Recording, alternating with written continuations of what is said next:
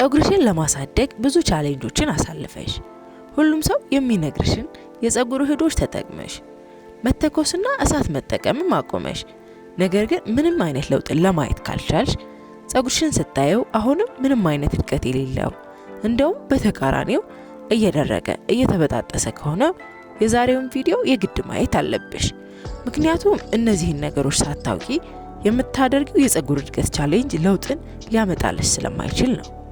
ሰላም፣ በዛሬው ቪዲዮ ከዚህ በፊት የሰራሁላችሁን ብዙዎቻችሁ የተቀላቀላችሁትን የጸጉር እድገት ቻሌንጅ በትክክል የጸጉር እድገትንና ለውጥን ለማግኘት ከዚህ በፊት እንደሞከራችኋቸው ቻሌንጆች ያለምንም ለውጥ እንዳያልቅ ማድረግ የሚኖርባችሁን በትክክል ማወቅ ያለባችሁን ቀላል የሚመስሉንን ነገር ግን ጸጉራችን ላይ በየጊዜው ትልቅ ልዩነትን የሚፈጥሩልን ነገሮችን እናያለን።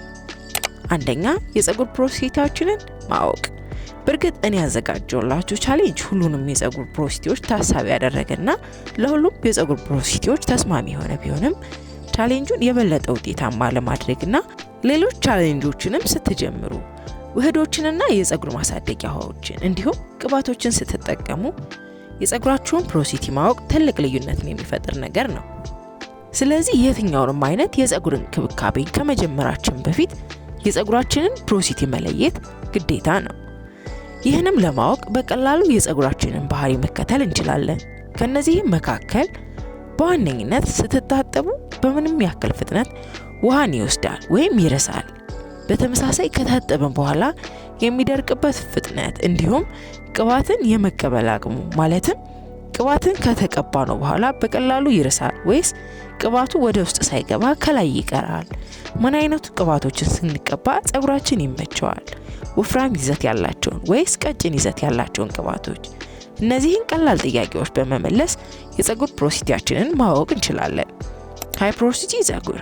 ይህ ፕሮሲቲ በዋነኝነት ስትታጠቡት ውሃን በፍጥነት የሚወስድ ወይም ተሎ የሚርስ ሲሆን ከታጠባችሁ በኋላ በፍጥነት የሚደርቅ ነው።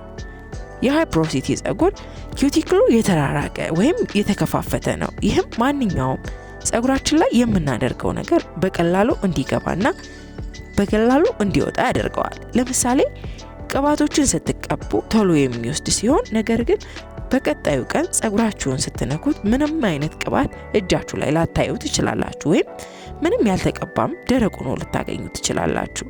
በተለይም የተቀባባችሁት ቅባት ቀጭን ከሆነና በላዩ ላይ ምንም አይነት ክሬምን ካላደረጋችሁበት በፍጥነት የመድረቅ ጸባይ አለው። ይህ የጸጉር ፕሮሲቲ አይነት ወፍራም ይዘት ያላቸውን ቅባቶች እንደ ኮኮናት ዘይት፣ የወይራ ዘይት፣ የጉሎ ዘይት የመሳሰሉትን ቅባቶች ይመርጣል። በተመሳሳይም የፕሮቲን ትሪትመንትን የሚፈልግ ነው።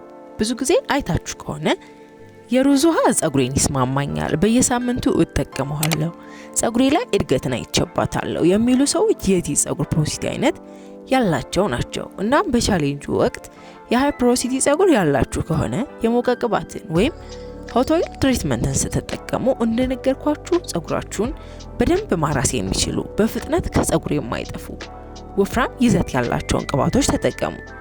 በተመሳሳይ በወር አንድ ጊዜ የምትጠቀሟቸውን የፕሮቲን ትሪትመንቶች በወር 2 ጊዜ ማድረግ ትችላላችሁ። ይህም ለሃይ ፕሮሲቲ ጸጉር ወይም ለእናንተ አይነት ጸጉር ተስማሚ ነው። እንዲሁም ከታጠባችሁ በኋላ ኤልኦሲ ሜቶድን መጠቀም። ይህም ማለት ጸጉራችሁን እርጥብ እንደሆነ ማለትም ሊኩዊድ ወይም ውሃ እንዳለው ቅባትን ወይም ኦይልን መጠቀም። ከዛም በመቀጠል ወፍራም የጸጉር ክሬሞችን መቀባት የጸጉራችሁን ለውጥ በአጭር ጊዜ ለማየት እንድትችሉ ያደርጋችኋል።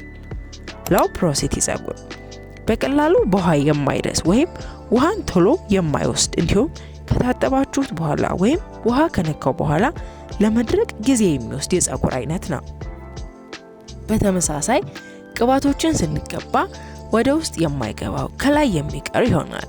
የዚህ ፕሮሲቲ የጸጉር ኪዩቲክሎች የተጠጋጉ ወይም የተቀራረቡ ናቸው።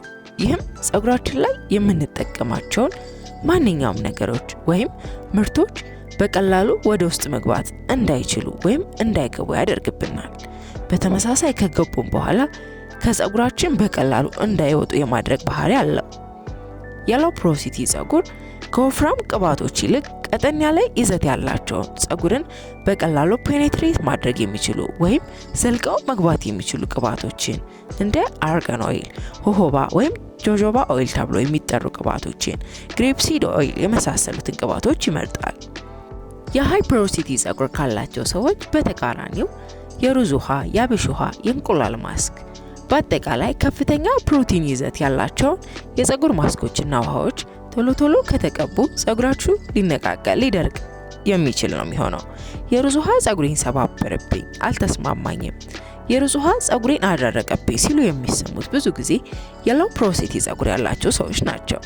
በዚህ ቻሌንጅም የጸጉራችሁ አይነት ሎው ፖሮሲቲ ከሆነ የሆት ኦይል ትሪትመንትን ስትጠቀሙ ወፍራም ይዘት ካላቸው ቅባቶች ይልቅ ቀጭን ይዘት ያላቸውን ቅባቶች መጠቀም ወይም ወፍራም ይዘት ያላቸውን ቅባቶች የግድ ከቀጭን ይዘት ካላቸው ቅባቶች ጋር አዋህዶ መጠቀም ይኖርብናል።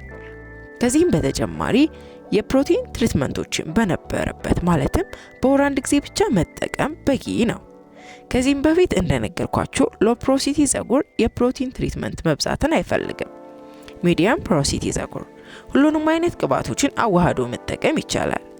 የፕሮቲን ትሪትመንትን በተመሳሳይ ከወር ከ1 እስከ 2 ጊዜ ድረስ የጸጉራችሁን ምቾት በመጠበቅና በመከተል መጠቀም ይቻላል። አንዳንድ ጊዜ በግማሽ በኩል ያለው ጸጉራችን ሎው ፖሮሲቲ ሆኖ በሌላኛው በኩል ያለው ደግሞ ሃይ ፖሮሲቲ ሊሆን ይችላል። ይህንንም ማስተዋል ያለብን ነገር ነው።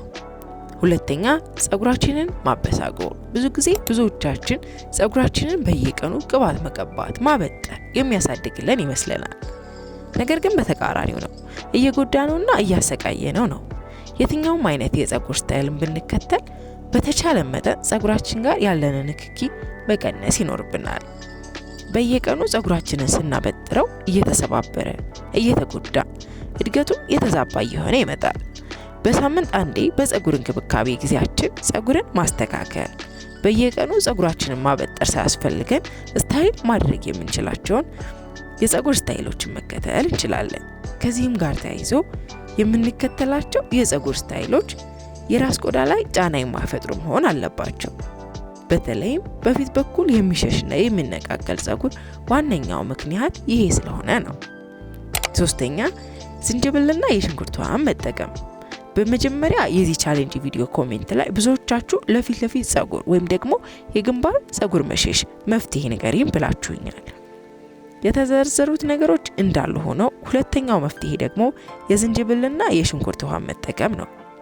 በአግባቡ ከተጠቀምነው የጸጉር ጥንካሬን ለመጨመር እድገቱን ለማፋጠን በሳይንስ የተረጋገጡ ግብዓቶችን በውስጡ የያዘ ነው። በሳልፈርና በፕሮቲን የበለጸጉ በመሆናቸው በተለይም ከፊት ለፊት ለተሰባበረ ጸጉር፣ ለሚያሳክክና ለፎረፉ ተስማሚና ጥሩ መፍትሄ የሚሆኑ ናቸው። ጸጉራችሁን ከመታጠባችሁ በፊት የዝንጅብልና የሽንኩርትን ውሃ በአንድ ላይ ፈጭታችሁ በማዘጋጀት መቀባትና ለ1 ሰዓት ማቆየት፣ ከዛም መታጠብ። በቀጣይነት ወይም በድግግሞሽ በመጠቀምም ጸጉራችን ላይ ትልቅ ለውጥ ማምጣት እንችላለን። አብራችሁኝ ስለቆያችሁ በእጅጉ አመሰግናለሁ። በዚህ ቻሌንጅ ድጋሚ እንድሰራላችሁ የምትፈልጉት ማንኛውም ነገር ካለ ኮሜንት ላይ አሳውቁኝ። ድጋሚ እስከምንገናኝ ሰላም ቆዩ።